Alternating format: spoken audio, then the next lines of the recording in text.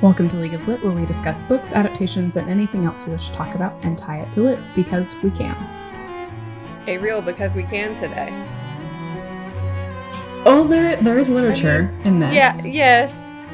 And it feels a little more on the side of we can because of it being a web series. Yeah. And we're not going to be diving too much into the literature that it comes from. No, I figure we'll just give you like basic synopsis of each one as we go through them. Yeah, because there's a lot to unpack. My God, there's so much to unpack in these 13? I wrote it 13 down. 13 episodes. Yes. So, but before we begin, it is a truth universally acknowledged that we are not a spoiler-free podcast. Although I will say, if we spoil the mythical side of this for you, you've just never seen Hercules. Or any Greek movie. Or been exposed to Percy Jackson, or... Yeah. There's a bunch others that we could name, but like... Oh, there's so much out there because it is Greek mythology. And I mean, technically it's Greek and Roman because they are essentially the same, just different names. Yes. But I don't know, it feels kind of fitting to end our first season, which is insane to think about. I know. With Greek mythology. It's very on the nose for us. Yes. It would be more on the nose if it was like Jane Austen or Shakespeare, but this is close. It's another one that we're rather passionate about. It's Tufts University, and that's what makes it on the nose. Well, I've never been to Tufts, but I love them. That also makes it sad because there's not really anything else that's literary based from these specific writers at Tufts. No, that we could talk about. Graduated. Yes, they went on and did other wonderful things with their lives. Yes. Let's start talking about, because we're just talking about it and nobody knows what it is. So what we are talking about is Pantheon University, which is a web series that takes Greek gods and goddesses and puts them in a university setting and seeing kind of how the Olympic structure, if you will, functions on a university's campus. Yes. And if you listen to the Monty and Jules episode, or Jules and Monty, depending on how you want to say it, this was written by the same writers who wrote Jules and Monty, Imogen Browder, and Ed Rossini. And all 13 episodes were released on April 18th of 2016. I remember, it's funny, I didn't watch Jules and Monty as it came out because I didn't know about it. You introduced me to it. But I knew about this and watched all of it when it came out. I remember like sitting in my house and doing it. I don't remember how I came across Jules and Monty, but it was because I watched Jules and Monty as it came out, because I did discover it as it was being released. Yeah. While I was in college working midnight to 6 a.m.s. It was a wonderful time in my life. No joke. Seriously, wonderful time in my life. Because of that, I knew that this was coming. I was on the lookout for it. They had already done another web series, or like Tufts had. I don't remember if Imogen and Ed were specifically like involved with it, but like Tufts is a very creative university and they just come out with some really cool stuff. Mm-hmm. So it just kind of was I'm subscribing to their YouTube channel because this is where they're posting everything. And that's probably honestly how I found out about Pantheon. Yeah. So each episode kind of, does focus on one specific god. And then you get the intermingling of all of the other gods in those episodes. And they all sort of culminate in the same way. And I will say, because I went back and I reread the review that I wrote when it came out several years ago, that the way that it's structured, you honestly can really watch it in whatever order you want to, with the exception of the finale has to be at the end. Yeah, you're not going to get messed up with any of these because literally beginning to end, each episode is an arc. Yes. Which takes you from where we start to essentially the end, which is all culminating in the AAO party. So yeah, literally you could do whatever you want. I watched it in order of how they presented it. Yes. No, But it would be interesting to watch it out of order. It was one of those things that I definitely intended to do before we recorded the podcast, but life kind of got in the way of that one. Because I was trying to see, it's like, okay, what would actually be my truly recommended structure? I will say, I think, and obviously we can talk about it more when we get to her, but I think Hera being where she is right. I think having Zeus and Hera where they are at the beginning and the end, like before the finale, is the best spots for them. Because in a way, the whole story really revolves around them. If you really look at it. Yeah, if you really look at it, it revolves around their story. Which makes sense, as Zeus is technically the king of the gods. Head of the gods. He sits at the head of the table for Mount Olympus here. Yes. I mean, I have notes on every episode. I don't know how we want to go through this. Because obviously we don't want to deep dive too hard, because then we're going to be here for like 20 years. Yes. So I think we'll dive right in and we'll see how this episode goes. And whatever you get to listen to on the podcast, know that there is more than likely an extended episode that you should go and check out. And you can do that by going to leagueoflit.tumblr.com. So. Yes, because I think the biggest thing to mention in every episode is that every episode's done by a different director. Different director, different editor. Same writers, but different director. Yeah, no, every episode was written by Imogen and Ed, but there's a different director and editor, and the combination of that really affects how a story is told visually. And I think so good. We both have those notes, so we'll probably mention it in every episode. I literally have them sitting on my thing, so... Okay, so we'll start with episode 1, which is Zeus, who is played by Tyler Beardsley, who's fantastic. He was not involved in Jules and Monty, and he's definitely a good Zeus. He is. It was directed and edited by Ben Taylor. This is kind of the only one, if I remember correctly, that is the same director and editor. Most of the others, it's different. Or if there is like the same name, there's another person that's also helping with one side of that. Yeah. I think this starts the perfect way. It starts with Zeus and Hera fighting, which just seems on brand. I mean, there isn't really anything that's like connecting. Like, it's not like focusing on one specific story for Zeus. Because, I mean, think of him, with him being the head of the gods, there's so many different, like, mythologies and, like, stories out there. This doesn't start with one specific one. No. And that you kind of get that sense where they're trying to just introduce you really pretty much to everybody in Zeus's episode, which plays into the fact that Zeus had relations with everybody. That's a fact in every mythology. Minus Hercules, but, like, that's a Disney movie, so... Zeus had his own struggles, which would and most definitely did impact how much of a healthy relationship Zeus and Hera could actually have. Yes. You really just get to see it. Like, it starts off with them having an argument in Zeus's room, and then it carries into the party. So this is like our first introduction to the AAO party, because Zeus is the president of Alpha Alpha Omega. Aw, shocking. The way that they come up with what the frats are supposed to be called, I mean, makes me laugh. It's fun. They have a good time. Obviously, Imogen and Ed have had a great time writing these two. Oh yes. Yes. So yeah, as Zeus is walking through the party, he's literally like calling out. He talks to Hades. He talks to Hercules. Artemis is there. He runs into Dionysus. Prometheus, which is a great joke. I laugh every time. I can't feel my abdomen. Yeah, okay, dude.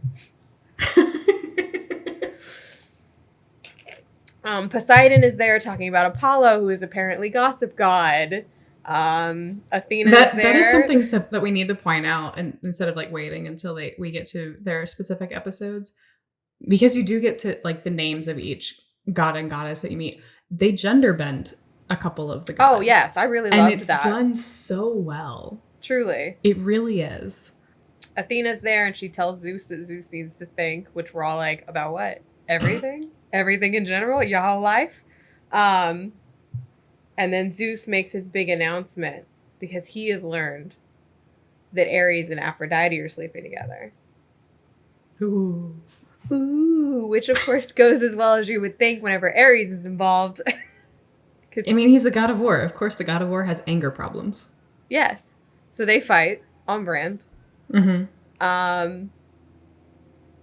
The ending, I think, is the most interesting part of that episode, other than like obviously getting to see all the other gods and goddesses. But you get Hera and Zeus having that moment, and Hera telling Zeus that it's quite obvious that he's in love with somebody, a person. We don't know who he is. Do we know? Is it a he? I was like, is it a he? Is it a she? I think she says he. I think she does too, because I in my notes I made the note of Zeus questioning his sexuality. I said Hera thinks Zeus is in love with the mystery man. So like, yeah, I'm pretty sure she says he. We're gonna go with yes, she says he. And to me, just his body language, watching it, I was like, fully seems like you're in love with whoever she's talking about. But we don't know because the episode ends. And that's where Zeus's episode ends. And we move into really meeting Athena, who is played by Tessa Barlow Ashorn. I'm sorry if we butchered the other half of your last name. It was directed by Irina Yakubuskaya. I hope I didn't completely butcher that. And edited by Tom Magerline. And Tom was also the director of photography as well. So that even like added a different level to the editor, because when the editor knows what the footage is supposed to look like from the get-go, that just changes how things are shot. And I guess something that we should have noted in Zeus's, because Zeus's episode really takes place at a frat party, it is dark and dingy because, you know, it's what a frat party looks like.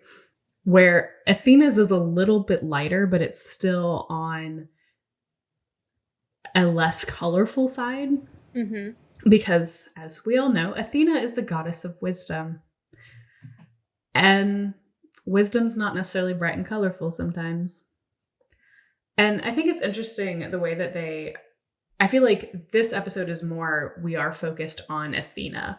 I'm not really sure, because I'm not familiar with a lot of the lore around Athena, like Athena-specific stories, if this is connected to one of those,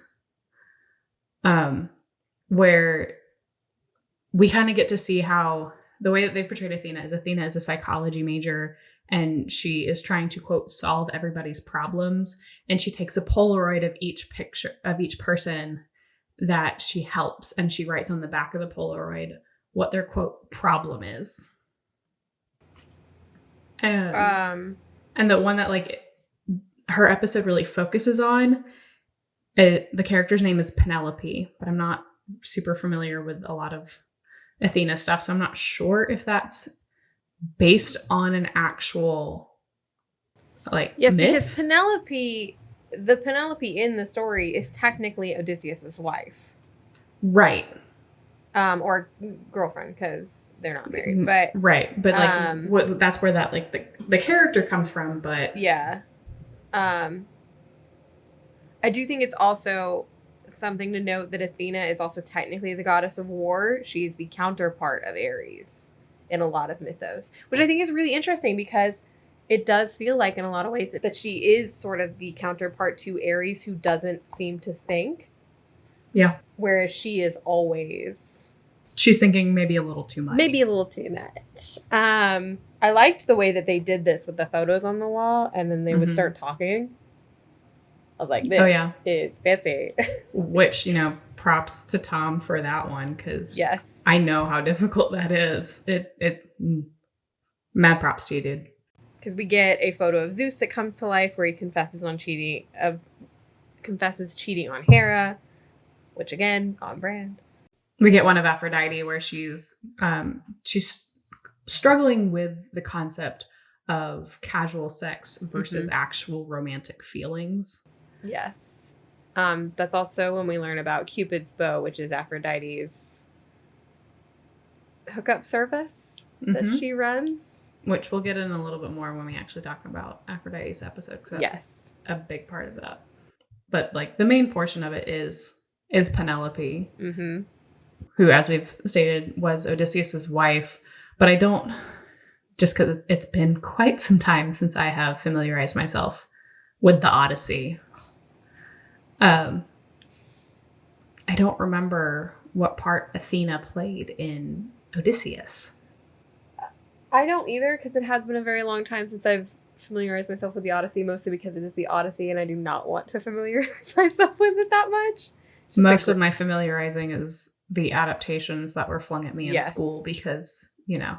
I will say the arc that she has with Penelope in just the episode, because this is the only time we see Penelope, is interesting. Just going from meeting in the library, Penelope's distressed, she takes her picture she doesn't want to take in, they start to become friends, start hanging out a lot. We learn that Penelope's best friend is abroad, which she says best friend, and then like she and Odysseus are dating when he shows up, so I'm like, this is rude.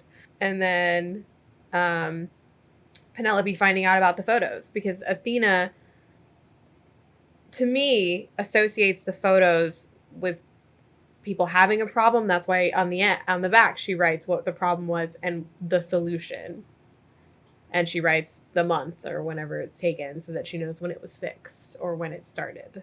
Yeah, it's definitely a little neurotic, and I understand Penelope sort of having a problem with it. I understand, but at the same time, everyone has their own ways of processing information. And because of the way that we're introduced to Athena, we kind of form a different attachment to Athena. So it feels invasive, at least in my opinion, when Penelope goes in and starts tearing down the photos. She's saying, you have a problem. I'm trying to help you. This is what we're supposed to do. And it's like, but no. I definitely wouldn't do that. It might be something to sit down and have a conversation about. Right. But like there's just no reason. Is like so aggressive when she starts tearing them down. I'm like, those are still not yours. Yeah. Everybody in those pictures consented. Like Penelope said, don't take my picture, and Athena offered her the picture. So like, obviously those people are fine with having their pictures taken. I mean, maybe they don't know that they're all on Athena's wall, but even then, they know she takes pictures. Everybody knows that, because Apollo even talks about it in, I believe, Apollo's episode. So like, it's definitely, the way Penelope handled it was not good, I think. Yeah, I never really particularly cared for Penelope. Yeah, because in the end of the episode, Athena's at the frat party, the same frat party that we go to at the end of pretty much every episode. We meet Odysseus, who is apparently Penelope's boyfriend, and then Athena gives her the photo back, and that's the end, really, of Penelope and Athena, other than a couple of mentions later. Right. And it's clear that Athena's trying to make amends, but Penelope won't have it. She has her life back now because Odysseus is back in town. Like, it feels very much First like, of all, Odysseus is annoying. He doesn't do anything in this. He just exists. He just exists, and because of that, I do not like him. Fair. Absolutely fair. But the next episode that is in their playlist is for Aphrodite. And Aphrodite is played by Michelle Herzog. Who's fabulous. I love her. I follow her on Instagram still. Too much. Well, and Michelle plays multiple characters in this series, and she's just fabulous, period. Yes. But it definitely presents Aphrodite in a new way. And I'm sure part of that also is because we have one of our favorite people that we've interacted with because of Jules and Monty, as well as Pantheon, is Evie Reedy, who directed this episode. I love Evie! And then the editor was Demare Haywood, who did a fabulous job. Yes. Because the style of Aphrodite's episode is a little bit more on the noir side. Yeah. Which is really cool. It was really interesting. I do think, to me, Aphrodite has one of the most interesting arcs in the series. Just because we go from sort of her idea of casual sex, and then she ends up in a monogamous relationship with Aries. It is, to know Aphrodite is the goddess of love and beauty, and a lot of people say that she's also the goddess of fertility. So makes sense that she would start a hookup site. Which is what her episode opens with, is her explaining what Cupid's bow is, which it's 1 hour. Like, you're allotted 1 hour. Every interaction has to be protected sex. There is no romance, and there are no repeats. Yeah, those are like the key elements. And as she finishes explaining it, you see that she's explaining it to Athena and Zeus, and Zeus is like all in. No, not allowed. Which then Hera comes on the scene and like gives her a hard time. Which gives us the impression that Athena, Hera, and Aphrodite all live together. Yes, they live. Which I think is together. An interesting combination. I think the only one of those that I would kill, not necessarily this version, but like real, like legitimate, most of the mythos of Hera, I would not be able to live with that woman. But that's also because she's difficult because of Zeus. So like, she's difficult because she's her, but she's also difficult because her boo thing is a cheater. But we do. She has a guest coming over. We find out that it's Aries. And they do their thing. He uses the service, and she is his match. And then Aries keeps coming back to hook up with other people.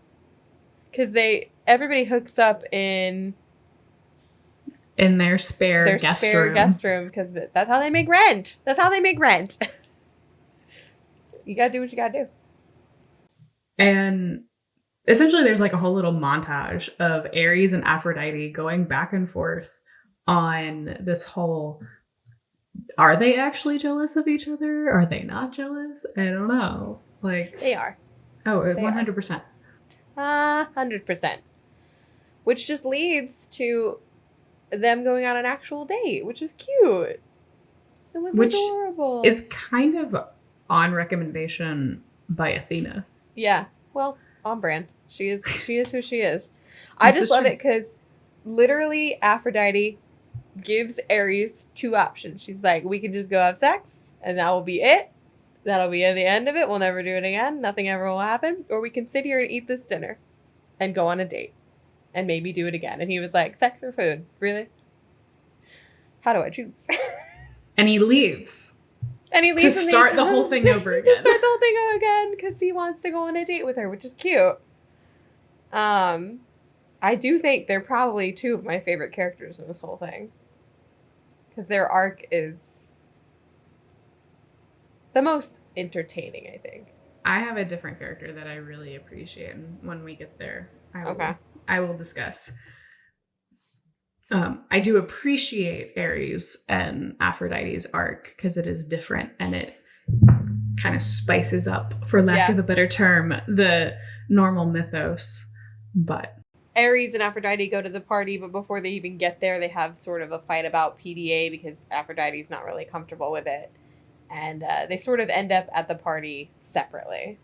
Well, and the whole thing with the PDA is her wrestling with her public image versus her private image, and her not wanting those to mix. And she does a really poor job of explaining it. Now, as an audience, we can see that, but we've also been watching their entire story unfold. So if you think about it, if you were actually in Aries' shoes, I would be upset too. No, truly. She doesn't explain it well. So it makes sense that he gets mad. So we move on to the next episode 4, which is Poseidon, who's played by Dorian Pistilli. The episode was directed by Ben Redblatt. Ben Redblatt. And edited by Jocelyn Contreras. Which, this is a fun episode. This is such an episode. It's so stupid. Not because it's like... The thing is that it doesn't feel like it really has a purpose. Other than but it introduce. Does. Yeah. It feels like at first you're like, why are we just watching this man being interviewed? What is the point of Poseidon? And then by the end of it, you're like, that's the point of Poseidon. At the first time I saw it, I definitely was like, oh, this is going to be different because we are getting an interview with Poseidon. So that positions him kind of as one of the big three, if you will, because if you think about it, the big three gods are Zeus, Poseidon, and Hades. Yes. And so this positions Poseidon to be almost as important as Zeus. But he's just slightly not. But then it turns really kind of into a focus on how Poseidon and Apollo were friends and then they weren't. Yes. And how that happens. Right. I love the interview. The interviews, like, with just Poseidon in general, when Triton comes in the scene and he's like, I gotta go. He's like a swim mom. He's a swim team captain. I know. I just love, we're supposed to be here for a day. It's been 3 weeks. Which the interviews are conducted by Oedipus. Which is, oh my God, the amount of mom jokes they make about Oedipus kills me. Oh, it's so good. But yes, we do have Apollo come in as gossip god, which Apollo would not date Poseidon, and Poseidon would not date Apollo. It's something I feel like needed to be said, and they made it said on purpose. No, this is where we get introduced to the idea that Poseidon is interested in Artemis, who is Apollo's sister. Yes, and who is very virginal. But we'll get into it. We'll get into it. Yeah, when we get to Artemis's episode, we'll talk about it. But the next episode, I have to say, is one of my favorites. And this is hands down my favorite character in this entire. Well, I mean, who plays this character? It has nothing to do with who plays it. It literally is just like the way that they took this story is so different. I will say it has a little bit to do with who plays this character. Not for me. So we're talking about Hades, because that's the character episode that we are on now. And Hades is played by Evie Reedy, which we've already established many times on this podcast already, that we really appreciate Evie and everything that she does because it's awesome. Yeah. And this episode is directed by Tyler Beardsley. He did a fabulous job. And it was edited by Siming Chin and Tom Magerling. We're just going to screw up everybody's names. We are. Evie's and Imogen's and Ed's. And part of that is because we've said them so many times. Yes. And we've watched all of the stuff that's, the I've background had conversations with them, so. She has. This episode is so interesting. And this episode is truly, like, you could watch this one alone and not watch anything else, and you would be okay. Yes. Hades' story definitely doesn't intertwine. It's very much a standalone episode. Yes. And it's really telling you the story of Hades and Persephone. And it's done in such a different way. And it's so beautiful that you actually feel sympathetic for Hades, who in most tellings of anything, you don't actually care about. Listen, I've read a lot of stuff about Hades. I am very sympathetic for Hades.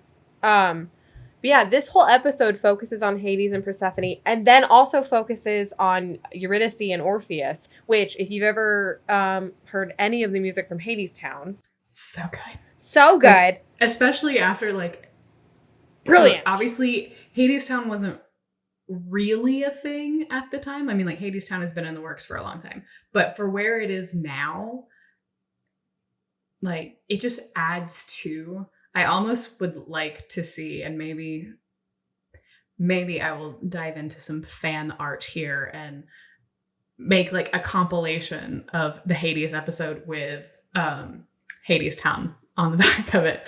But like, do it. If I have the time, there's too many other projects. No, I know. Yeah, there's so many things to do.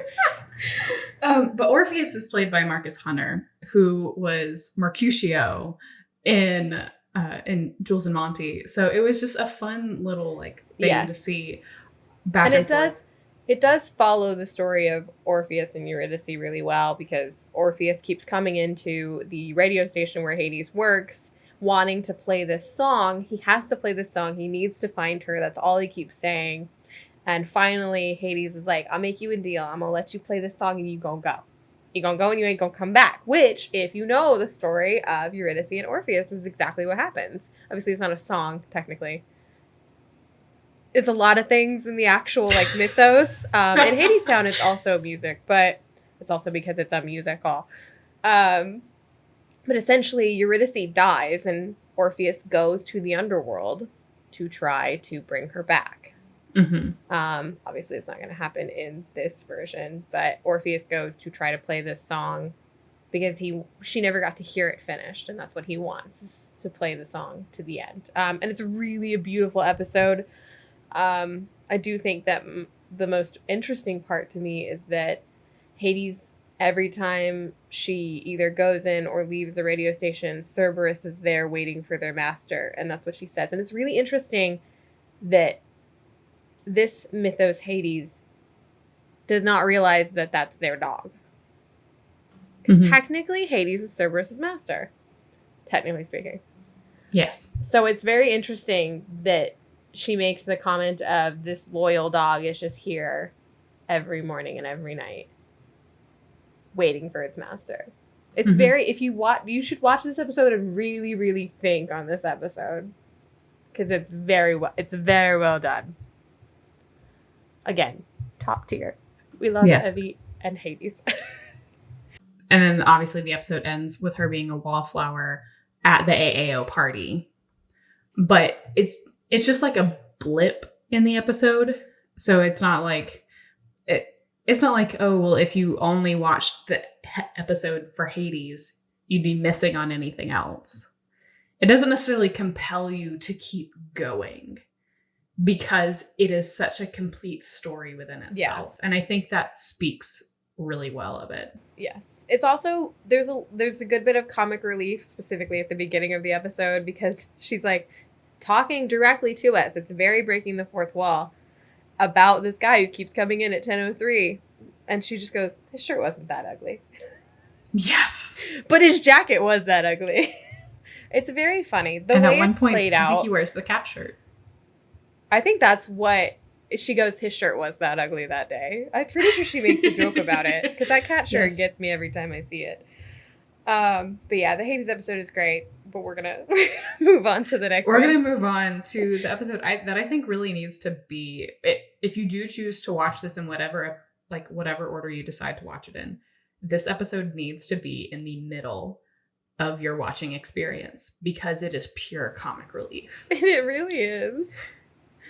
It really doesn't serve much of a purpose other than to be comic relief. But honestly, Dionysus as a god really doesn't have much of a purpose. He's the god of like alcohol and partying. Like that's essentially who he is. Who is played by Andrew Prinsky. And this episode was directed by Ed Rossini and edited by Julie Doughton. And this episode is essentially a musical. Yes. It's great. It's very fun. It's definitely nice between all of the sort of like heavy things that they put this right in the center. Because Dionysus is just the whole is he ever with people? I'm pretty sure he's just always by himself, singing to himself. He has Hermes. Oh, poor Hermes. Hermes is played by Jake Hoover. And he's precious. He is precious. I will agree with you on that. Because Hermes is trying and he wants to like actually be able to do something. And Dionysus is like, I'm going to rewrite the play even though it opens next week. Yeah. Like, What? Like, Hermes tries to be a voice of reason, and it just does not work out at all. Yeah, because Dionysus is just going to go get drunk and take a nap Is and meet there the a muses. time when? Is there a time when Dionysus is sober? No. Exactly. That's his job is to be drunk. He is the god of drunk. I think it's the only time where the I promise to drunk, I'm not God is a accurate statement for Dionysus. There you go. Yeah. Yeah. Yeah. But the whole like musical aspect of it is Dionysus dreaming, and the muses come and help him kind of show him his potential. Yes. So it like the whole musical number starts off with Zeus singing to Hera about his infidelity. Yeah. Which then goes into Hera and Aries having a duet because both of them have issues with their respective partners. It's really interesting, Dionysus episode being right in the middle. You sort of get like this is what you've already seen. Mm-hmm. But in a musical silly form. Right. And at one point you have Artemis, Poseidon, and Apollo having like their own little moment. So like you're not really being introduced to anybody new. Which, I mean, like at this point, we've only been like mildly introduced to Artemis. We haven't really been introduced to Artemis yet. Yeah, we've just like seen her in passing and heard about her. Right. And so like it has their own thing. And then, you know, naturally, because how often do you actually remember the dreams that you had? Very little. Dionysus struggles to capture it all. And I just gotta tell you, kind of destroys everything. Andrew is great as Dionysus. 10 out of 10. The musical number, I'm like, somebody wrote this musical number. So like, it's very impressive. Oh, yes. I honestly cannot tell you more that you need to watch this episode just for the pure fun of watching everybody be in a musical. It's very much like, how are we in a musical number right now? Mm-hmm. Like everybody's like, it's also what inspires Dionysus, and it's kind of besides the fact that, you know, Dionysus is essentially the party god.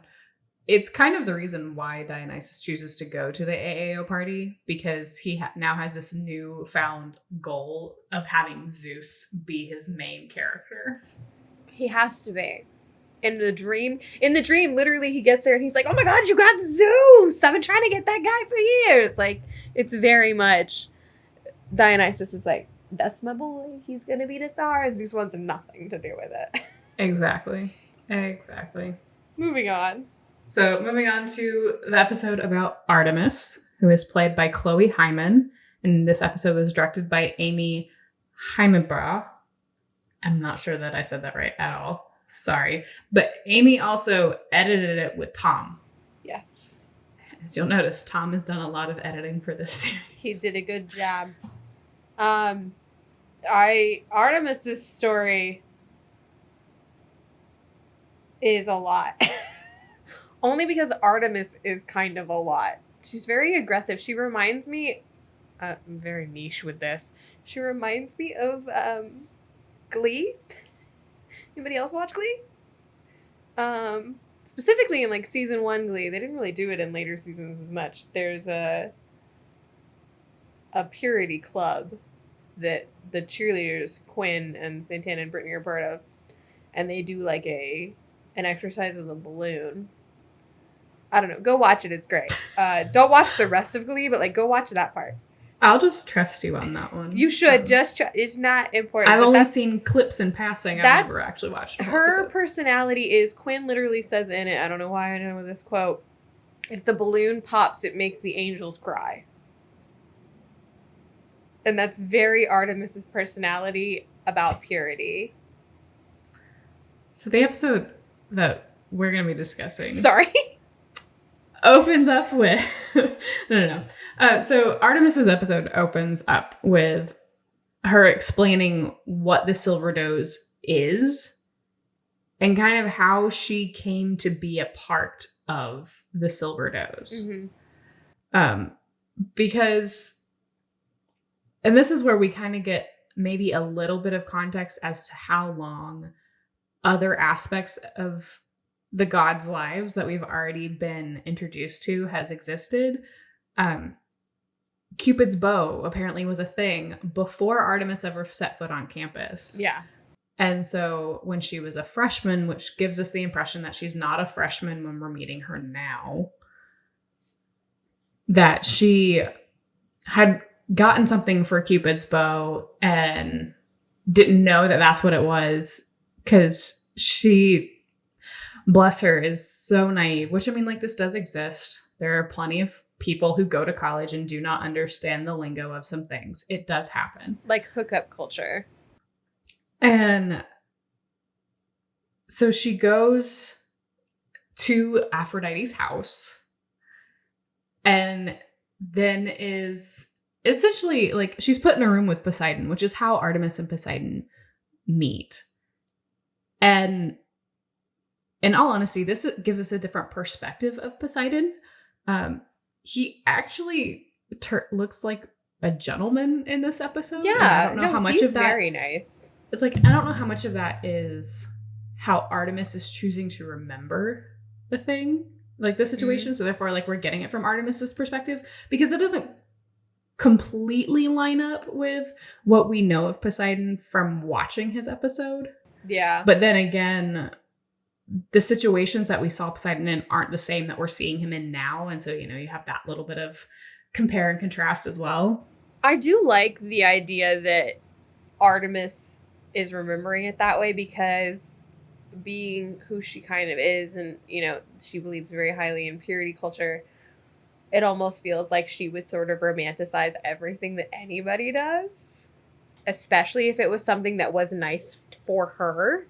Mm-hmm. Like, he was being such a gentleman and a Prince Charming, and he didn't want to have sex with me. And this is how she remembers it. I do like that. I didn't honestly think about that until you said it. So, I mean, this is why he doesn't force himself on her. Which he's very nice, but he's not a douchebag about it either. He's not like, well, you don't want to have sex with me. Why'd you come here? He's like, did you not understand what this was? Right. My friend? And, like, he then realizes that, oh, like, this is Apollo's sister, which, you know, he already has a friendship with Apollo. And it's because of Poseidon that Artemis finds the silver does. And which the silver does are a little bit more of an extremist in the purity culture. Like, purity culture has its own obstacles, yes, as is. This is very much dipping into the extreme side of it, yes, which is in a way needed in order for the contrast that we get at the end of Artemis's episode. Yes. When she decides that to get more people to join her club, she should be sexy. Yes. And then we get another perspective in the finale, which is really great. Yes. Again, we will get there. But talking about the next episode. Yeah. Well, you also have, like, part of what, like, drives Artemis to having that, like, oh, I have to be sexy in order to get more people to join, is Zeus tells her that her club is being cut. Yes, that is important. Like, that's the inciting incident that, like, pushes that, because they're literally having a bake sale for purity. Come taste my cookies for purity. Come nibble on my cookies. They're for purity. There are so many jokes. Great. And it's like, they definitely don't understand what they're saying. Where's the like, Emmy for this characters? For this series? There should be an Emmy for writing, because it's great. We'll move on to the next episode. Yes. Next, we get to meet Hephaestus. Oh my god, I love him.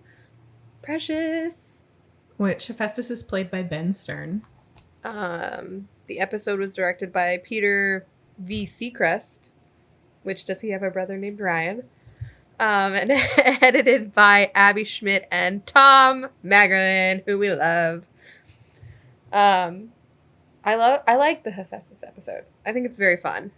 Which, I mean, I don't know a whole lot about Hephaestus in Greek like in Greek mythology. But essentially, Hephaestus' episode is Pandora's box. Which is so fun. So according to the Greek gods and goddesses.net, which is where I currently am, you're welcome for that. That's cool. He's technically the god of fire and metalworking, but he's considered to be the ugliest god. Like Hephaestus was the only ugly god among perfectly beautiful immortals. That's a big deal to be called ugly in the Greek god culture, because like they were supposed to be supreme beings, which is fun because Ben Stern is not ugly. It's precious. He was born deformed and was cast out of heaven by one or both of his parents when they noticed that he was imperfect. Which they do play on that aspect by giving him a cane. So he has a little bit of a limp. Yeah. And he was the workman of mortals, he was the workman of the immortals, which is interesting because he's really the only one that we see like doing, other than like Hades, but Hades is technically in the underworld. He's the only one we see really doing any work. He's in IT. Sorts. He works in IT. So, yeah.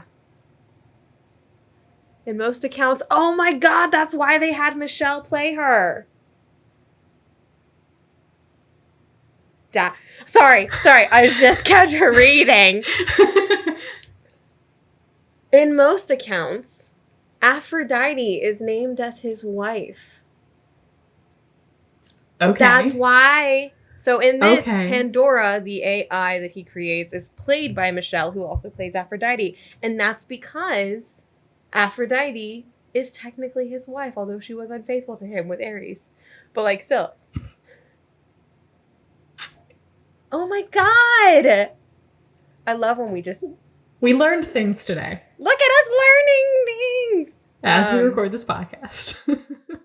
I really appreciate Ed and Imogen going some deep diving in on some of these gods. You cannot say that they did not do their research. Oh my god, they did so much research. But so Hephaestus has created an AI called Pandora, who we actually physically get to see, although technically speaking, nobody else but him can see her. Imaginary friends.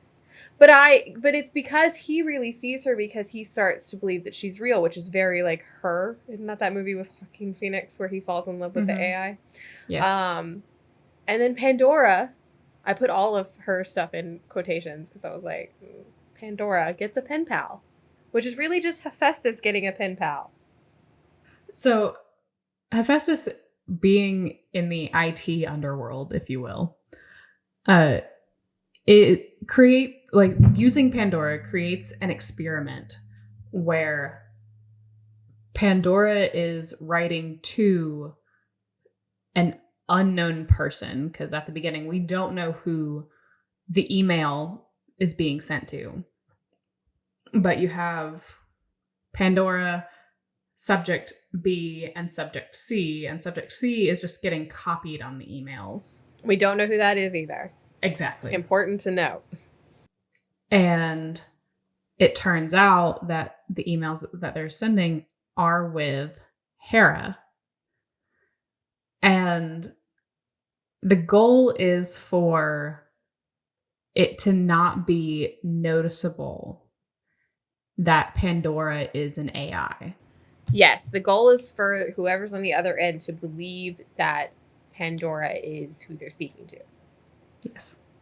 It's also interesting to note the way this was shot is very interesting, where you have Hephaestus, who is sort of bearing his soul and confessing to whoever this subject is that he has done all of these things and that he has been reading these emails, and it's not technically Pandora, although it is technically Pandora, but he is sort of the person they've been speaking to. Yeah. Rather than Pandora. And you find out all this information and then find out that he's just talking to himself. He's hyping himself up so he can actually have the conversation. Because he says he's effed at the end. Yes. But the other reason why Michelle plays Pandora is because we find out at some point in the episode that Hephaestus used a sampling of Aphrodite's voice from when he helped Aphrodite create Cupid's bow. Yes. To be the voice of Pandora. Just the fact that Ed and Imogen went deep. I love this. They went deep. I live for it. Mm-hmm. So that's the reason why you see that. And it's through those emails that it is kind of ultimately a little bit of what brings Hera to seek out Hephaestus' help. But her main reason as to why she's down there is because she wants to see if certain emails are being sent to Zeus. Yes, if Zeus is cheating on her. Yes. Via email. Yes. And it's through all of that Hera and Hephaestus get to know one another. And so you get to kind of see their relationship blossom. And it's a really cute friendship. And then it's like a little towards the end that we find out that Zeus was the subject C. And he is ready to fight. He's like, I don't know who you are, but I'm going to find you. And then he sends a virus through the email, which essentially destroys Pandora. Yes. Which is where we get Pandora's box. Which is, I think, why part of the reason why Hephaestus has decided that he has to kind of fess up. Which he doesn't get to do in this episode. No, he does not. Hera is crying, so he has to comfort her. Yes. Moving on to the next episode. Where we are diving into Aries. And Aries is played by Ed Rossini. This was directed by Emma Wold. And it was edited by Claire Brody. Yep. Fun. And this is... he's running. Every time I rewatch Pantheon, this one always gets me in the beginning because he's just running. And he's like, running. Run, Forrest, run. He's just running. He's also telling Athena a story, but he's talking about running and how good he is at it. And that eventually he has to stop and fight because he's Aries, who is the god of war. Well, I mean, like, he's seeking Athena's help. He's wanting to make things right. Which I want to say before we get to this point, by watching it like in the playlist that they have curated for us, I want to say at one point Aries asks Athena if they could talk sometime. But I don't remember. In the Aphrodite episode, he says, okay, I've heard you're good at giving advice. Maybe we should talk sometime. And then she takes this picture. It's like, I couldn't remember which episode it was, but it's like, I want to say that is a thing that happens. Yeah, it is in the, and I like the fact that Aries and Athena are the two people really, really prevalent in this episode are good because they are literally mirrors of each other. But Aries represents the violent and physical, untamed aspects of war, whereas Athena represents like strategy and intelligence in war. Which is why she can give him the advice that she gives him. Yes. Very interesting. Love this. Yes. And so, so we have that. We get a little bit into Aries' temper. We get a little bit into Aries and Zeus's history, because apparently Aries hit on Hera at a party, not knowing that Hera was with Zeus. Like 2 years ago. Zeus holds on. He holds on. He is king of grudges. It is interesting to note that when we get to the AAO party, which is the culmination of pretty much every episode, that when Zeus and Aries fight, which I believe in the first episode, you only see them fight. You don't really fully see them start. Mm-hmm. Because Aries tries to walk away. For like the first time, because he tells Athena that Aphrodite makes him want to be better. Yes. But then he doesn't end up walking away and ends up fighting Zeus, and Aphrodite is the one who gets him to stop. And they have to fight about the fact that Aries is not good for her, apparently. And Aphrodite's like, this is not at all a conversation. You're an idiot. In a way. But they kind of have a little bit of a moment. They do. No, I mean, it's definitely like, I imagine her being like, "You're an idiot, but I love you." Yeah. That's their kind of relationship. Is that like, this is my idiot. I love him. Mm-hmm. I keep him from killing people. So we'll move into the next episode, which is Apollo. Apollo is played by Michaela Slotin. This episode was directed by Yuval Ben Hayun and edited by Damar Haywood, who, of course, we've already seen. And this episode is fun and then awful. Yes. Like, literally 0 to 60. So full on disaster. Full on disaster, because we meet Poseidon and Apollo hanging out, it seems to me, very soon after they've started being friends. Yes. So, backstory on Poseidon and Apollo. Poseidon had been watching Apollo's vlogs, which Apollo was a vlogger while she was in high school. She was the golden girl. Which is fitting because, Apollo is the god of sun. The god of light, the god of sun. It's his job to pull that sun across the sky every day. Yes. Also god of music. I'm trying to think, what are some of the other, Apollo has a bunch of titles. Like music, art, knowledge. I think archery's in there. Somewhere. Apollo's the god of a lot of things. Yes. And I like the fact that knowledge is in there because she becomes a gossip god. Yes. Doo-doo-doo.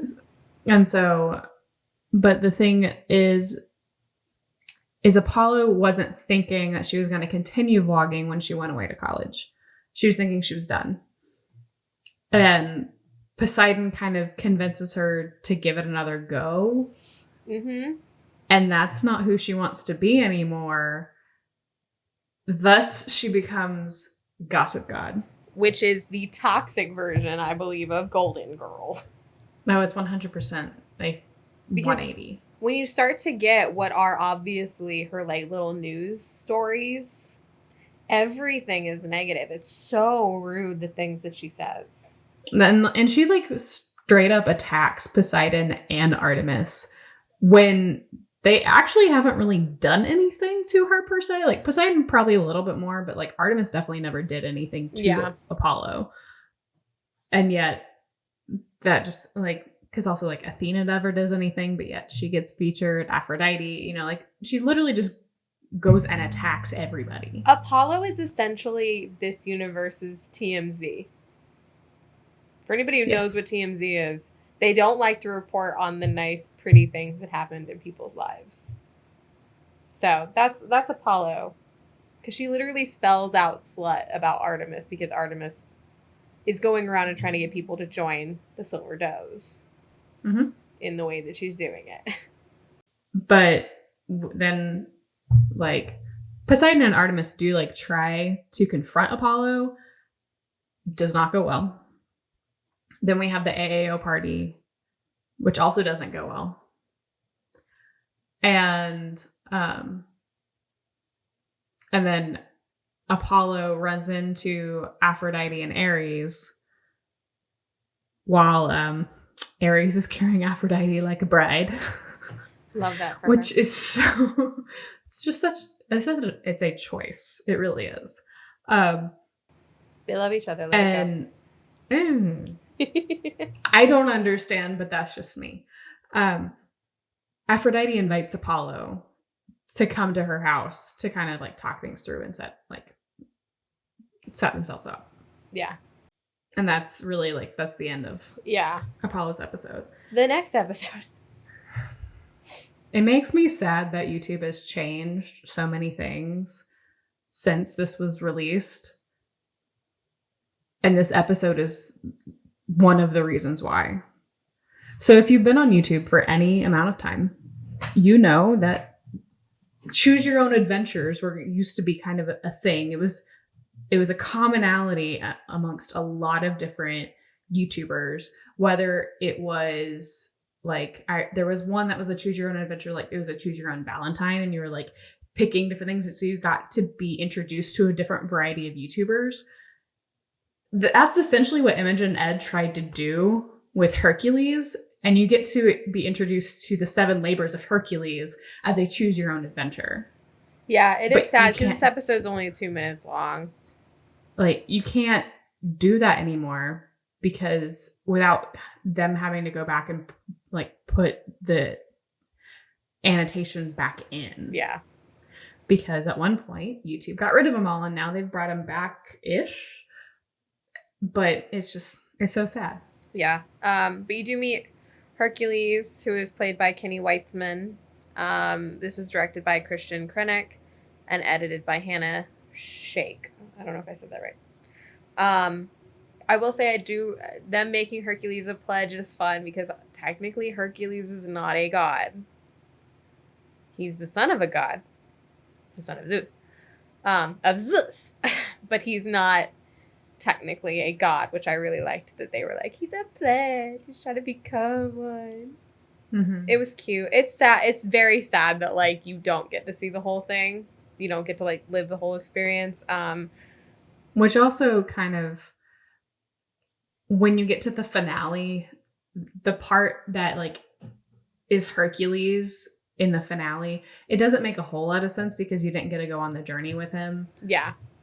And so like you do kind of miss out on that. Yes, I agree.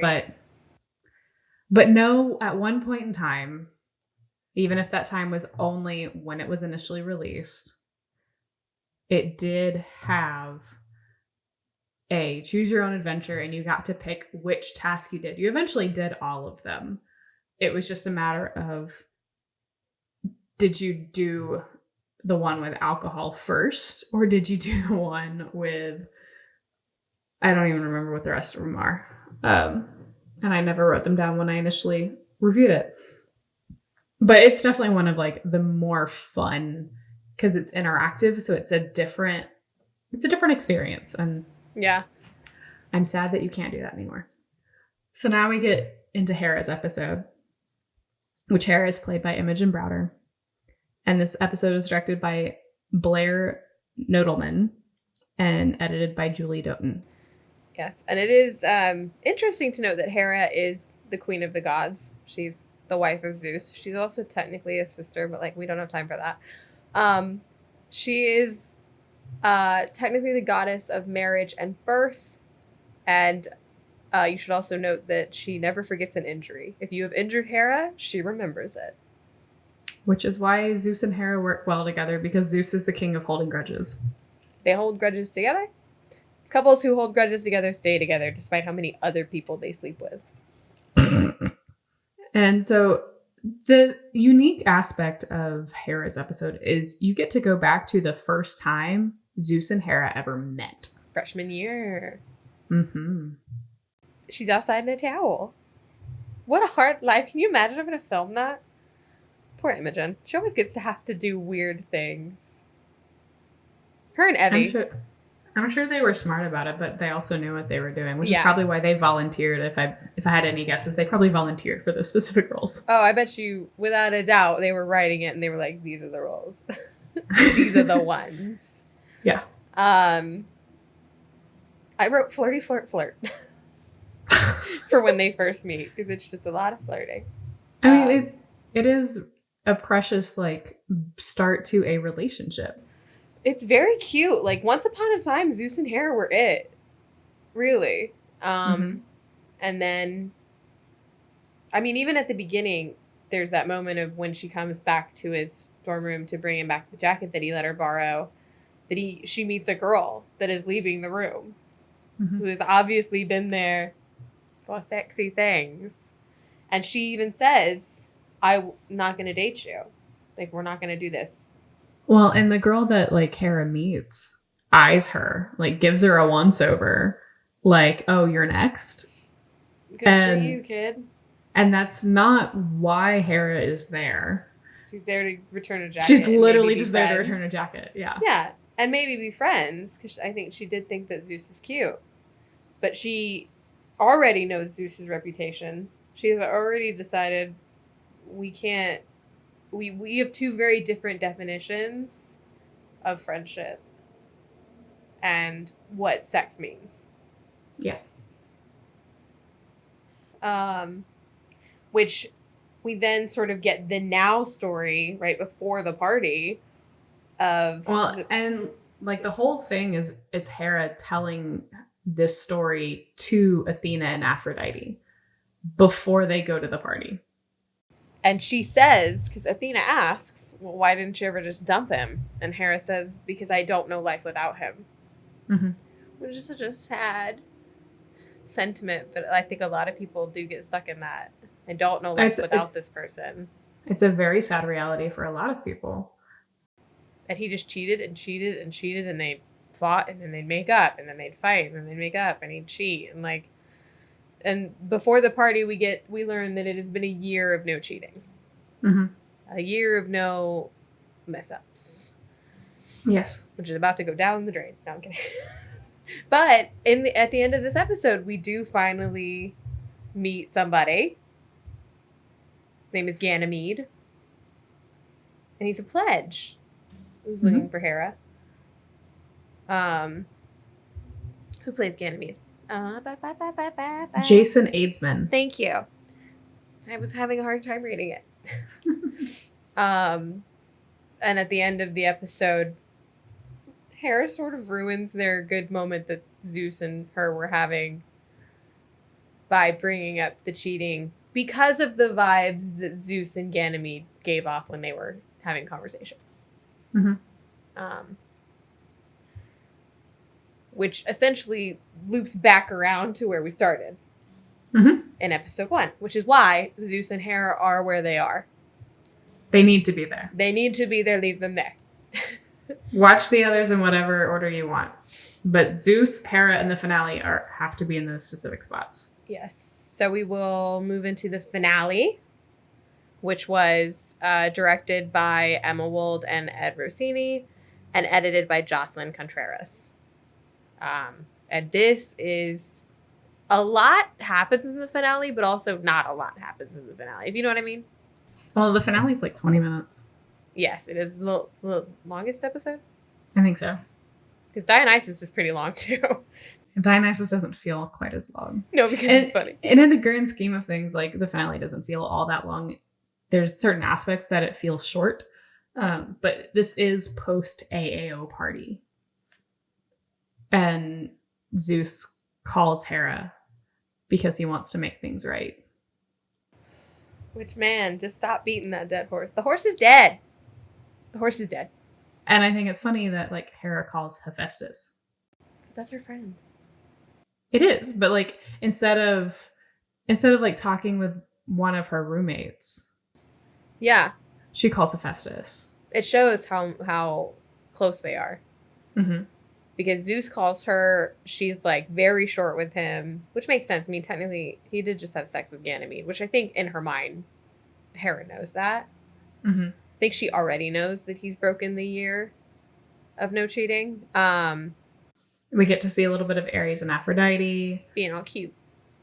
We see Athena essentially crack. Oh my, she cracks and she falls. And she hurts herself.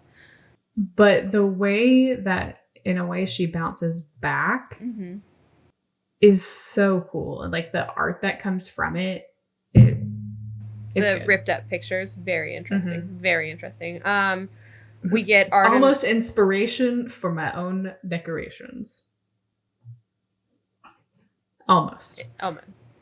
We get Artemis waking up in Poseidon's room and freaking out because she doesn't know what happened because she got super drunk last night. But of course, nothing passes happened. out at the end of her episode. I don't think we ever mentioned that. Oh, we didn't. I'm so sorry. Yeah, she passes out at the end of her episode. And Poseidon, floor toast.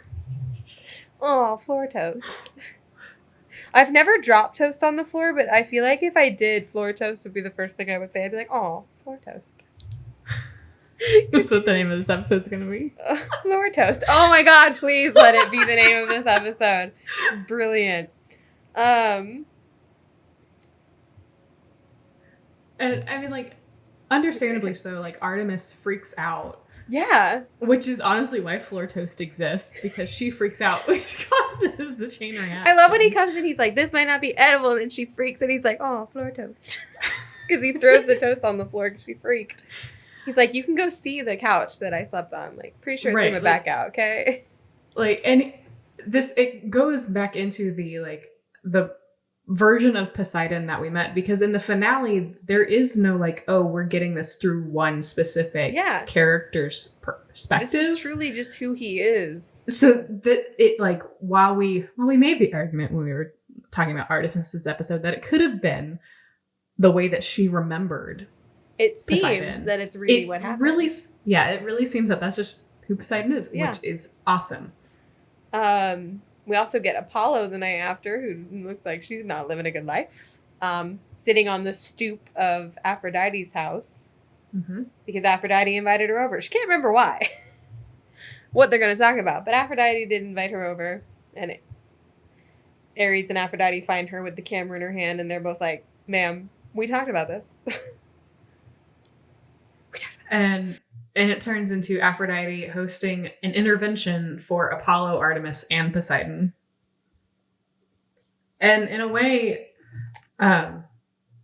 Aphrodite gives both Apollo and Artemis a new shot at life, because obviously with what we saw in Poseidon's episode, Poseidon has a big personality that needs to be in front of the camera. Apollo needs to refocus her energy into not so negative things. So Poseidon and Apollo should have a channel together. Yes, 10 out of 10.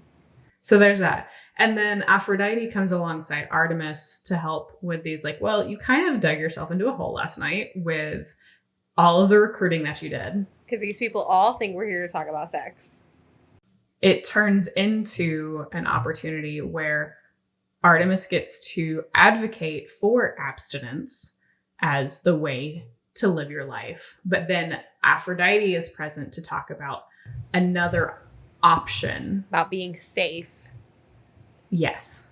If you choose to have sex, these are the ways to be safe. It's very, very, very cool. But then after that, we get to see the AAO pledges no longer be pledges. They are real people now. Yeah. And then Aries and Zeus have a moment on the stoop of the house because Aries had come back to give back the pledge pen because in the fight, his pledge status was revoked. Yes. Not that Aries really wanted it anyways. I never got the sense that he wanted to be part of AAO. No, yeah. Which is very on brand for Ed as a character. As a person, he just doesn't seem to want to be involved in the fraternities that his characters are. He's like, I didn't ask for this. I wrote it, but I didn't ask for it. But like, where with Jules and Monty, you understand how he got there. I don't know Aries, that I understand how Aries got to being a pledge. I'm sure somebody convinced him to do it. We just never get to see that. Then Hera shows up, and Zeus tries desperately to not talk about last night. He's like, where are we going to go for dinner? What do you want to do? And Hera's like, we have to have this conversation. Like, this has to be the end. And I love it because she says to him, she's like, you have to let me go. Because if you don't do it, I'm never going to be able to leave. Mm-hmm. Which I think says a lot about their relationship. And about them as people, too. Which is sad for Hera, I think. I'm happy that she does get out of this and like get to go live her life. Yes. Which he does, you know, he's like, okay, this is what is good for us. Because she's sitting there like, you're in love with Ganymede. Go be with this person. Mm-hmm. So that you can stop hurting me and I can stop hurting myself and we can stop hurting each other. But yeah, you get a little moment of Hercules going to talk to Hades, which again, because of the lack of annotations in his episode, nobody understands. I don't even remember why. Like I looked back at the review that I wrote after I watched it, and I have no idea. Yeah, because all Herc really says, I wrote down Herc, so I called him Herc. All Hercules really says is, I've heard a lot about Persephone. What about you? Mm-hmm. Which just leads you to believe that they've become friends, which is such an interesting concept. I mean, it goes along with the 7 labors of Hercules. Yes. One of them had to do with Hades. I just don't remember what it was. But we don't know because we get no annotations. Thank you, YouTube. YouTube screwed that one up. We do see Poseidon and Apollo and Artemis sort of starting Poseidon and Apollo's little vloggy vlog that you don't really know is going to be a vloggy vlog. Athena makes her new art, which we love. Hera and Hephaestus continue to be friends. And he tells her about Pandora. Mm-hmm. And she's fine with it. She's like, explain this to me. What happened? I want to sit and we're going to talk about it and we're going to be friends with his new sad Pandora because of the virus that Zeus sent him. And in the end, Dionysus is drunk by himself. Yes. Love that for him. And that is Pantheon University. It's fabulous. It's wonderful. I'm so sad that Imogen and Ed don't go to school together anymore. Because it means that we don't get things like this anymore. They'd be such a good team to work on like an actual legitimate TV show. Mm-hmm. I could see it. But they could also, just continue to make things on YouTube because there is still an audience for it. I just don't think they live anywhere near each other, to be honest. No, and that does make things difficult. But as a writing duo, Imogen and Ed, just brilliant. Yes. So thank you to both of you. Yes, truly. We will never. This is literally the last thing we get to do for them. Sad. Which is very sad. We got to do Jules and Monty and Pantheon University all in one season, and we maybe should have broken it up. Because now I'm sad. Oh. So we can also, thank Tufts University for providing the resources and the opportunity for these 2 brilliant writers, as well as this entire cast of amazing people and like director of photographies, directors, editors, like all of these wonderfully talented people to create something that is truly unique. Very unique. There's nothing like this. Nothing else like this has been done yet. Which is interesting. I do think that Imogen and Ed have had 2 really very unique original ideas. Mm-hmm. Despite sort of talking about things that are slightly popular. I mean, there's obviously Romeo and Juliet is something that's very popular. Just because it is taught still. Yes. But, I mean, there have been a lot of things about the gods. So, getting to see this sort of perspective is very interesting. Just thank you to all of you for sticking with us for all 22 episodes. Yes. This is the last episode of season 1 of the League of Lit. We will be back in October to kick off season 2. Just a little break because we are very tired. We have a little bit of life that has to happen. And we also have a lot of other really fun stuff that we have set up for y'all for season 2. So please stick with us. And it's only going to get better, I promise. And join us when we return in October of 2021. And thank you again to Zach Kaka for making our beautiful art, making us pretty. You do a wonderful job. Is that the last time I'm ever going to say that? I don't know. I know we haven't talked about that more, but now I have to do the outro, but I'm a little sad about it. Let me do my sad outro. Thanks for tuning into League of Lit. If you have any suggestions for an episode, feel free to leave a comment on leagueoflit.tumblr.com. And we'll see you in October.